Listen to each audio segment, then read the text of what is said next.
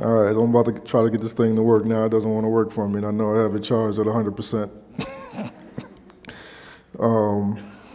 It's really an honor to be here. It's pretty insane. So the nerves are a lot of it is based on that. So I want to thank AIGA from the bottom of my heart for inviting me out here to speak on this topic. But I got to be honest, like I was struggling with this for the entire time that they asked me to talk about the subject.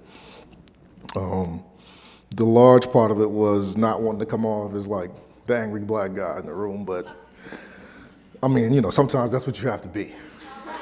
So I'm gonna try to have a little bit of fun with this today. I'm letting everybody know I haven't had a lot of sleep. And when I haven't had a lot of sleep, I get very comedic. So, first of all, I like to add a disclaimer to everything that I do because, I'm not trying to be held responsible for it later. So yeah, I'm gonna say it, like these views expressed are mine. They are not the views and opinions of my company. They are mine and mine alone. Yeah, Nike's a great place. So this is me. This is me, a little bit of me, right?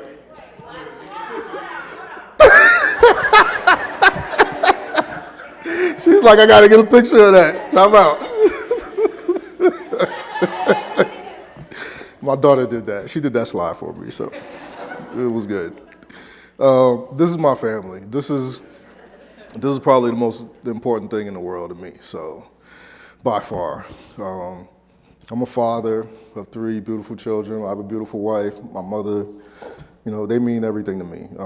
The ironic thing about this whole endeavor is my oldest daughter, is a graphic designer as well.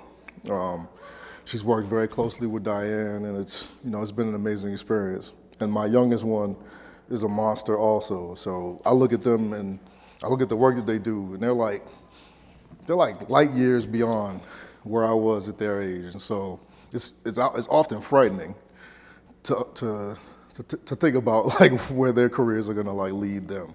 And so it's exciting and also like scary for me because I want to protect them. I'm like, get away from my kid. But but they are who they are, I've been with my wife for 23 years. We met at Howard University. HBCU's in the house.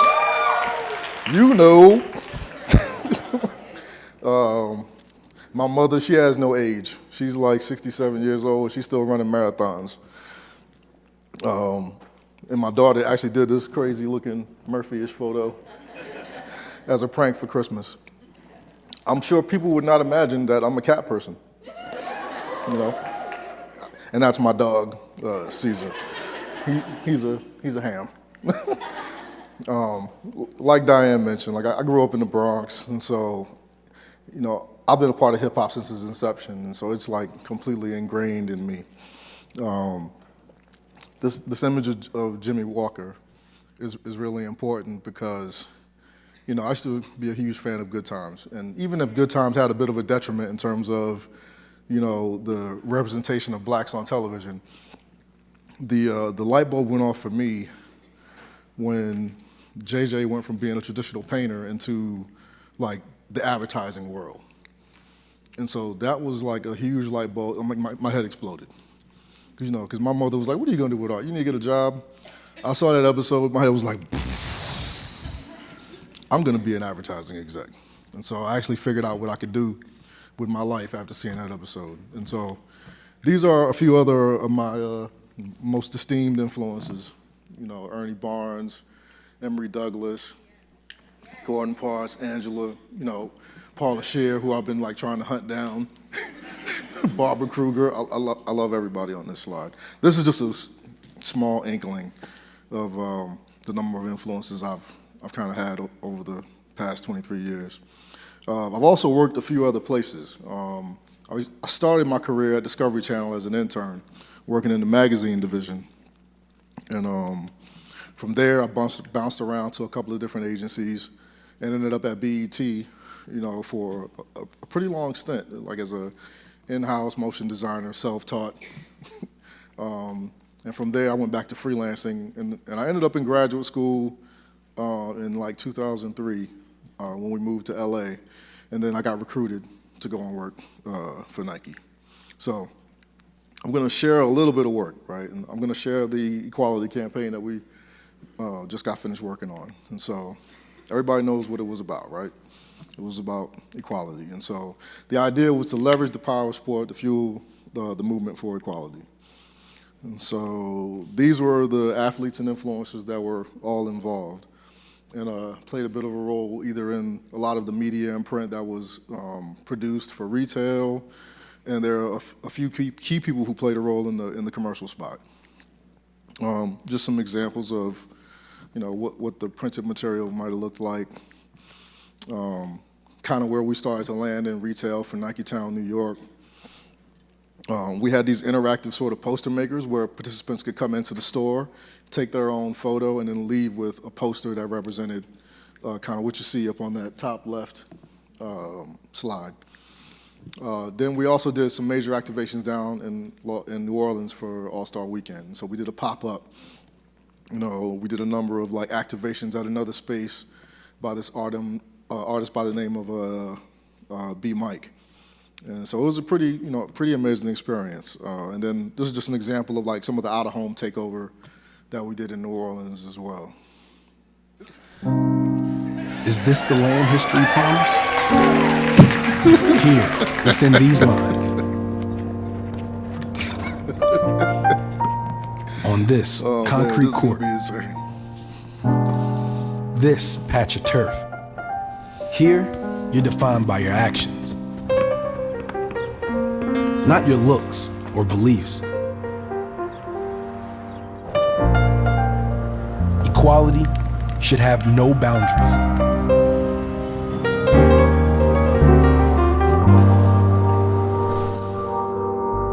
The bonds we find here should run past these lines.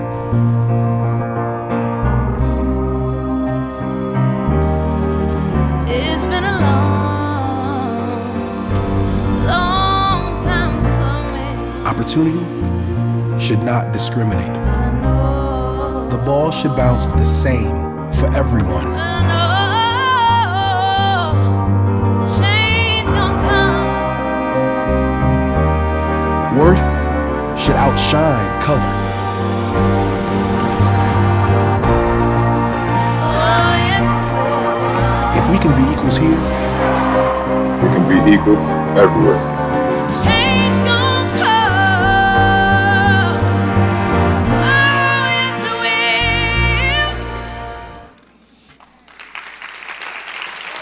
Okay.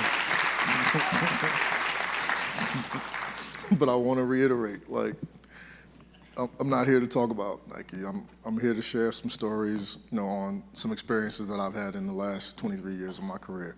12 of those years haven't been at Nike, and so. I think I did. Oh, here we go. Fix me up, man. Fix me up. It's nerves, man. It's nerves.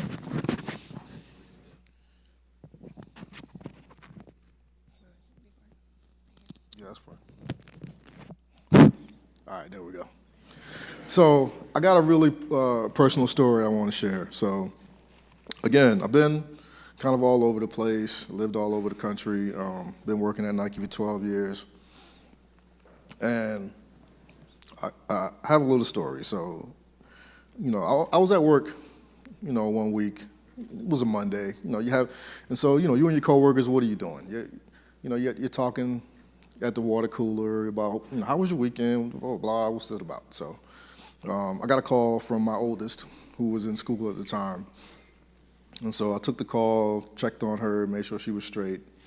And I think my colleague at the time, my teammate, maybe overheard that I was on the phone, with my daughter. And so once I got off the phone, there was maybe a little bit of an awkward pause. And then she took a moment to ask me a question.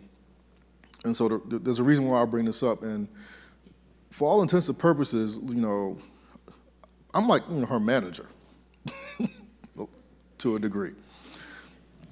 And so she asked me this question. She's like, "Hey, Murph, how you doing? How's your weekend, blah, blah, blah?" She's like, "It's your daughter?" I was like, "Yeah." She's like, "How many kids you got?" I was like, "I got 3 kids." And I started bragging on my kids. I love bragging on my kids, right? And then she was like, "Yeah, okay." And then so then the very next question was, "So are they all by the same mom?" I wish I had the Funk Master Flex bomb right now. Like, boom. So I was just like, WTF. I was just like, what? I was like, I know she didn't just ask me that. Because the left brain was like, she ain't just asking you that. The right brain was like, it's about to go down. And the left brain was like, nah, man, go get a coffee. So I proceeded to go get a coffee. And part of what I wanted to ask is like, can you imagine if something like that is, appropriate, right, from one of your teammates as a random question? Why is it that we still live in and work in a bit of a world where, like, ignorance and, a little bit of like naivete can allow someone to have the gall to ask, that kind of a question, right? And what it did was, it kind of like, it woke me up to this notion that, well, I've been here 12 years. I've been at this place 12 years, and this place is really not as diverse, as I was imagining it to be. And it just blew the illusion of it off the doors for me. Like what we purport and what we put out and what we market, right, to our consumers is that like we are all about, diversity and inclusion, right? We are all about the athletes. We are about making athletes better. But in that moment, I couldn't find an opportunity to like really express to her what that question meant, for me, because what it felt like was that well, honestly, you've been watching too much TV. You've been watching too much Ayala Save My Life. You're like, I'm not the dude with the 23 kids, from 12 different mothers. Like, that's not me. Stop watching TV. Like, so, but in that moment, I just tried to have some empathy. But, part of that is the reason why I'm kind of fed up with some of the conversation around diversity and inclusion. I feel like for these last few years, I've been living with like a little bit of a mask on at work, like to Chris's point, like in a way, not able to be my whole self, right? Some days, I can't help the disposition that I was born with. Like I don't smile every day, but I am joke. I do have fun, Don't ask me no crazy questions. Like, like how's wrong with you? Like, what?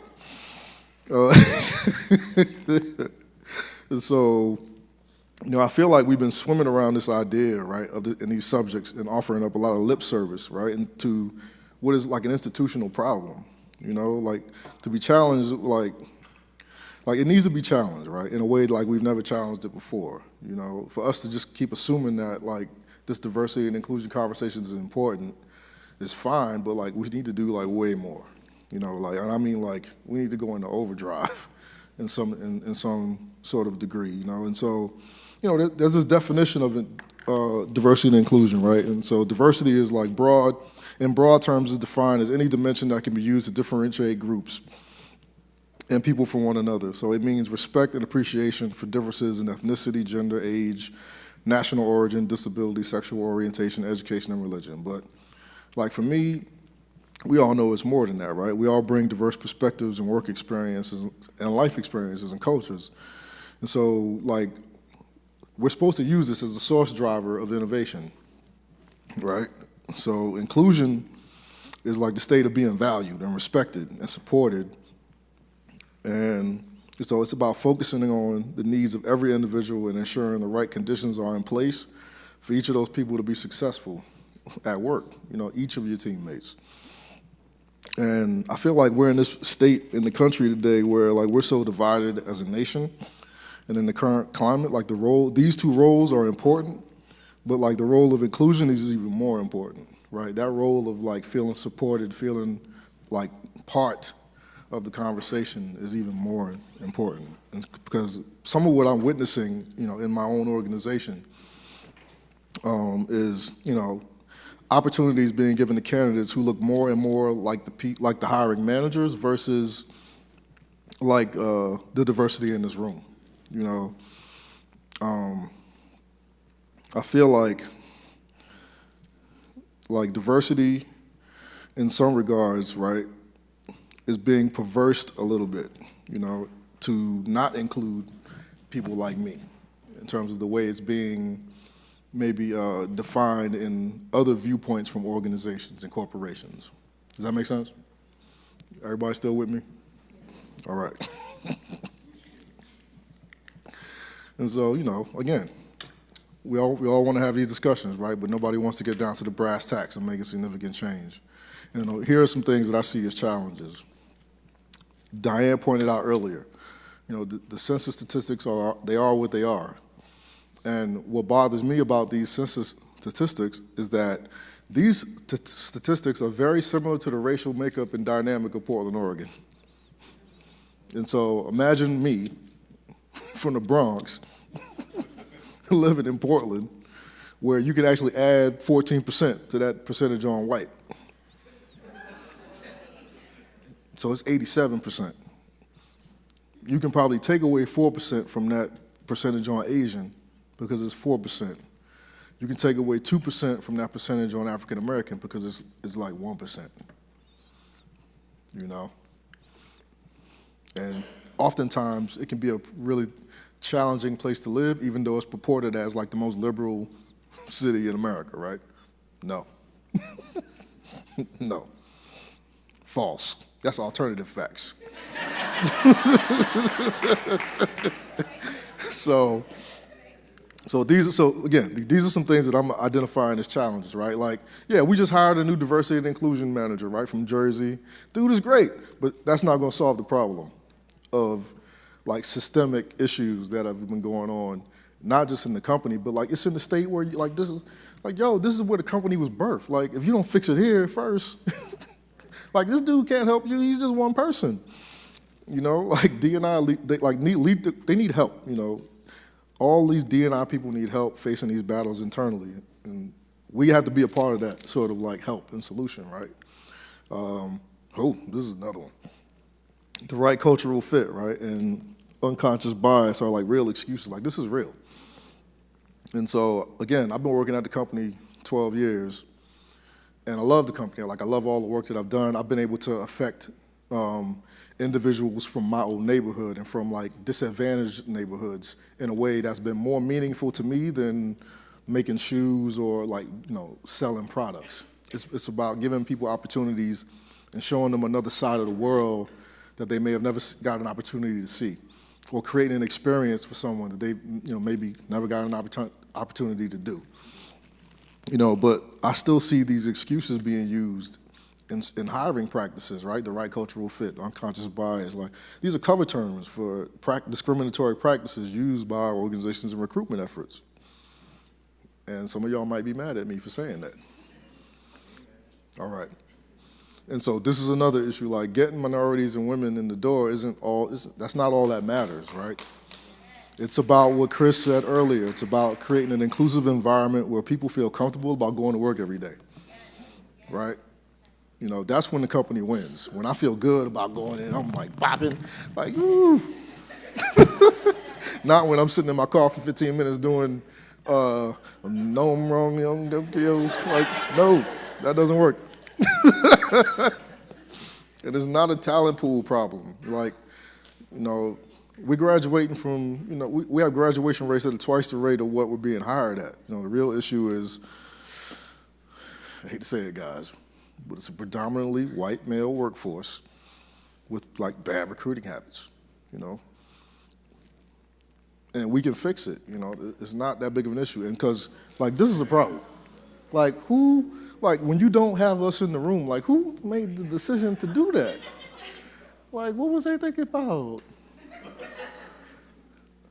But, they thought it was a good idea. They were like, she's expressing herself. She's like, it's all about diversity. But when I look at that, I'm like, well, I can't change clothes. Like, I can't take my skin off. I got to wear this every day. No. And, I'm not even going to go here about this. I'm already going to go over, so I'm sorry. And so I'm going to pick on these people. And so I found this picture on LinkedIn, right? I love this guy. I used to work with this guy, Mark Dolce. I'm going to call him out. But what I see here, right, is, again, like bad habits. This is the future of design, leadership, and innovation at Adidas. And I'm looking at it, and I'm like, okay, you developed the Brooklyn Creative Farm. The thing is in Brooklyn. And I don't see me or any woman of color in here at all. And that can be challenging for me. But what I do see is a sea of sameness. And I'm not talking about, this is diverse. There's women, it's totally diverse. There's women, there's, Asian minorities. My man down here in the corner with the green pants on is from Tanzania. Like, I know him. It's super diverse. But like, if you look at the way everybody is dressed, right, it seems like a sea of sameness. I don't see a diversity of like, styles. I don't see a diversity of like, attitude, and so it makes me wonder, like, well then what does diversity really mean, to everybody in this room? It's gonna probably mean something a little bit different, right? So either we can become part of the solution or, we can continue to be a part of the problem and be dealing with this right here.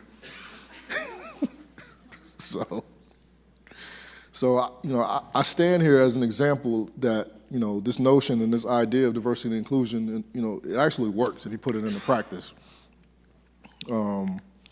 So I came from this world where people from all walks of life opened up the doors for me, right, to build a career and like allow me to discover like, who I could be.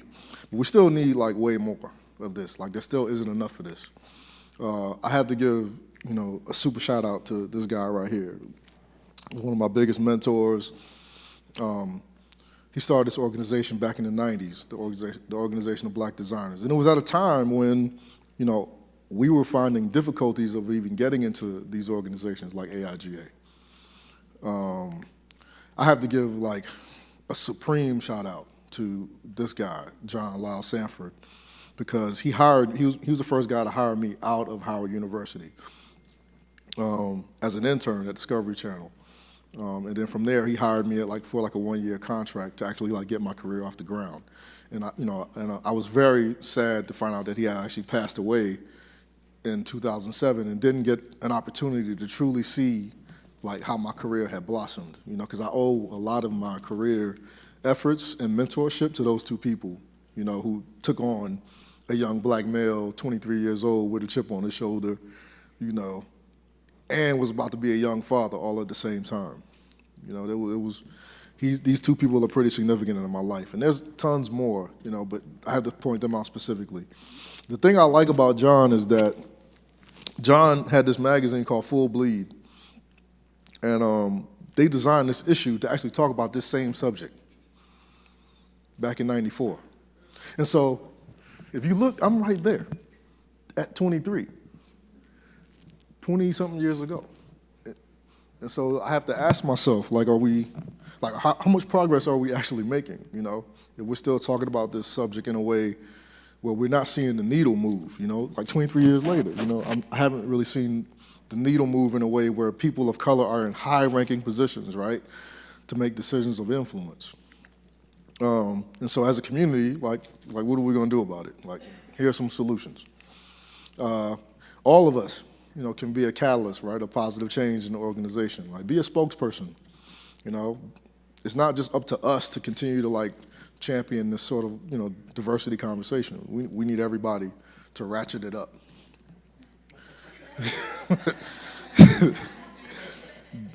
And I don't mean Atlanta ratchet, but I do mean ratchet it up. become culturally competent, man. Like, and this is more for, our teammates who don't know enough about their colleagues, so that we don't ask these crazy questions. Because I could tell you probably like 10 more stories around other types of things that had happened in the 12 years of me working at Nike that were like knockout worthy. Like, oh, that's knockout worthy. Like, this is not coffee worthy. Like, that's knockout worthy. Yeah, let's go have a conversation. Communicate and educate. Like championing diversity and inclusion it's a marathon, not a sprint, man. Like, we've been patient. We still need fortitude, and we gotta have a time to have teachable moments for our teammates, right? So that they can understand the value that this actually brings to the table. And so let's go make change, man. Change the world. Thank you.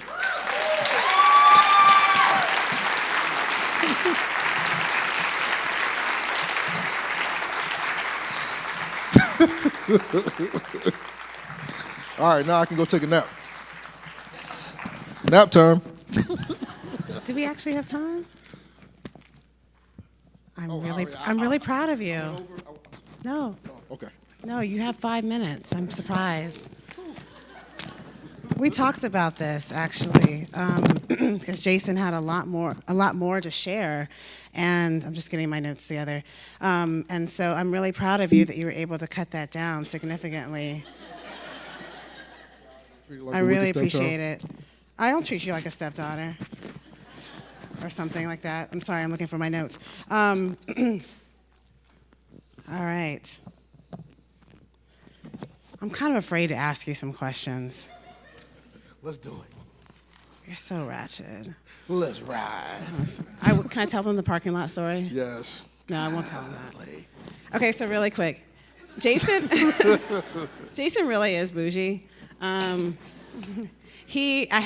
said yeah? Somebody said yeah? Okay, he is. That's wrong. No, he is. Okay. The other day we were I here got you. and we You did. attempted to go to lunch and to meet a young designer actually that he was going to mentor, and he called for a lift. Now we were staying at the same hotel, and he called for a lift, and the lift comes, and I swear we get in the car.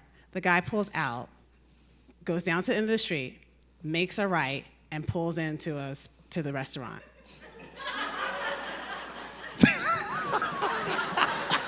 She's not lying, yo. That's what happened. That is like literally what happened, man. That's what happened. And I said, "We're here," and he said, "We're here." And then the guy just kind of smiles.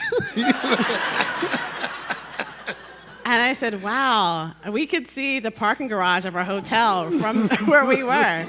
And I just thought, "You're really bougie." And in all defense, he didn't look it up. He did not look up where the restaurant was. So he Nope. honestly did not know that it Nope. was literally around the corner. We could have gone through the parking garage and actually been right there. But so when he showed me the slide that said bad and bougie, I was like, "Yep, that sounds about right." I wanted my frequent flyer miles, because with Lyft you get frequent flyer miles Okay, for every dollar you spend. So I'm just confirming the bougie part. Okay, so I'm just going to ask you 2 questions. I mean, I have a ton of questions that I could ask you about everything that you just said. First of all, I want to thank you for just amplifying and advocating for the underrepresented and specifically like the African American community.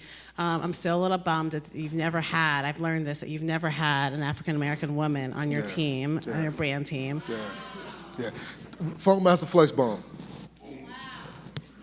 I want the whole crowd to do it though. Boo! I can't. That's what I'm talking about. I can't with him. That's what I'm talking about. So, how did your journey prepare you for your career in design? And try to Oh be my brief goodness. because we have Okay. 2 minutes. How did my journey prepare me for working at Nike? I got to credit that to Howard. I got to credit that to HU. And I got to credit that to the start of my college career at the Corcoran. So I started at the Corcoran School of Art in Shout out I to don't the know, Corcoran. man, 88, 89. I can't even remember. I'm too old. And then I, kind of ran out of money and had to transfer. But in going to Corcoran, I met some really amazing people who kind of took me in as the young little brother, the wild child. Like, man, we got to take care of this dude. He's crazy. And so when I left Corcoran to go to Howard, what I would do was often go back and get Corcoran's like syllabuses, so I could still have a Corcoran education. Howard's program at the time, maybe wasn't as great of a program, but I had to make it work for my circumstances, because my belief was always, once I leave, like I'm not coming back. Like I'm not. It's like failure's not an option. And that's the mentality that I take to a lot of what I do. Like failure is not an option, and those two schools of thought and like those experiences and having gone to HU like really prepared me to like just like have hustle and ambition and like pursue the things that you want, and don't take no for an answer, or if you do get a no for an answer, make sure that they remember you later, and that's just been what I've been about, but also about giving back, like make sure that you throw the rope back every time, because the doors don't always open up for us, and you got to be the one to kick it open and try to keep it pried open so that some other people could come through. Does that make sense? That makes a lot of sense. And because we are literally out of time, Oh, that's just the one question? I have to ask the one, because you could go on and on. I know how you are. One more. Okay, we'll take one audience All right. question. Oh gosh, I'm so afraid this is hard because everybody has their question there. You pick the person. Huh? Chanel. Let me give you the mic. Chanel's a graduate from George Mason University. Whoop, whoop. Hey, Jason How you and doing? audience. I reached out to you on LinkedIn, too, so you should know my name. All right. Gotcha. So your story is pretty inspiring, and so I'm going to try to keep it brief. Like we mentioned, like you guys both mentioned, the 3% of students of color, people of color in the design field overall is spread thin through the United States. And so how do you feel like you found that community, like you got over that imposter syndrome a little bit in like this field, because there's not a lot of representation, and as a recent grad, that's something that we're battling right now, and seeing students of color here, which is also very rare, is inspiring, but it's also sad because it's not that many. So how did you overcome that starting out? I just, in a lot of ways, I tried not to take no for an answer. Like, I didn't allow that to get in the way. And, even if doors were closed on me, I just quickly tried to move on to the next thing, And I also did a lot of, like, work with, like, nonprofit organizations. And so, like, OBD was a good sort of, like, proving ground. And I also met a lot of people. So like when OBD had a bunch of conferences in the early '90s that I attended, and I what I would do is do a lot of free volunteer design work to just like get some great work done. And from those conferences, I actually met a lot of the people that ended up hiring me for some other positions. And so kind of that was how I got to BET. Like I met this guy named Scott Perkins in like Philly in like, I don't even know, like '94. And at the time, that we met, I maybe didn't get the job, and I might have been working somewhere else. But then when he left and went to CNN, his predecessor then reached out to me and was like, "Yo, your resume was on my desk with a note that was like, you need to hire this dude." And he was like, "Well, I'm calling you." And so I was like, "Well, bet, I'm there." And a lot of it is definitely like networking, finding people to not just mentorship with, but have fellowship with, right, and build relationships with. And so that they can actually try to guide you through this maze, right, in these potholes. Like, I've been talking to my daughter about this. Like, I'm trying to guide you through the potholes. Like, I already went through the potholes. If you just listen to me. But kids don't listen to their But kids parents. don't It's listen to always their parents. third-party intervention. But then she calls me the other day like, "Dad, you were right. Like, I should have quit Johns Hopkins." Yeah, like I told you, like, go get that money. So I hope that answers your question. It takes a lot of perseverance and fortitude. It's what it is, and not taking no. And go create your own work. If I can be deadly honest with you, like I took a lot of jobs, because I had kids, and so again, I had to ratchet up everything. I had my daughter in like 95. I had just graduated school in 94.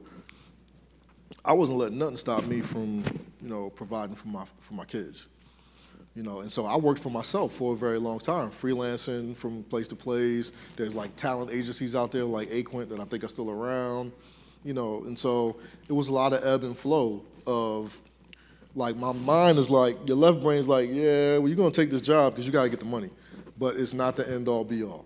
And like, kind of like let the journey take you where it's gonna take you. Like, you couldn't have told me, whatever, 15 years ago, that at some point I would have ended up at Nike, But again, I credit a lot of these people that have been on my path.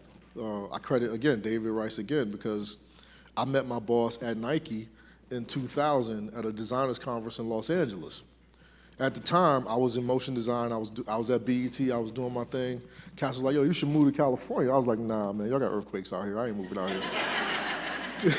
So then 2 years later, I'm driving across country to move to LA, And I had met my boss at that conference. And it just, so happened that I gave him a portfolio. I always had a portfolio wherever I went. And this is before internet. This is before, actually, the ease of websites, right? That, like, building a website was crazy back then. But I always had a portfolio with me in a way that was different from what anybody else was gonna do. Like, I had installable portfolios, and people were like, what is this? Install it, just enjoy it.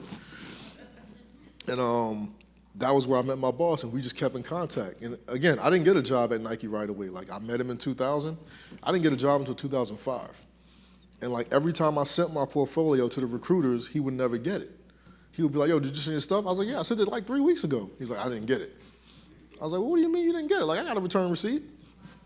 And so it literally came down to, when I went to graduate school, I invited him down to do a talk at my school, because the dude's a monster, And he physically took my portfolio back with him to Portland and was like, I want to give this dude an interview, And it took 5 interviews, but I finally got in, And I tried to make the best of it, I tried to make sure that I could take full advantage of every opportunity that kind of like lived within that space,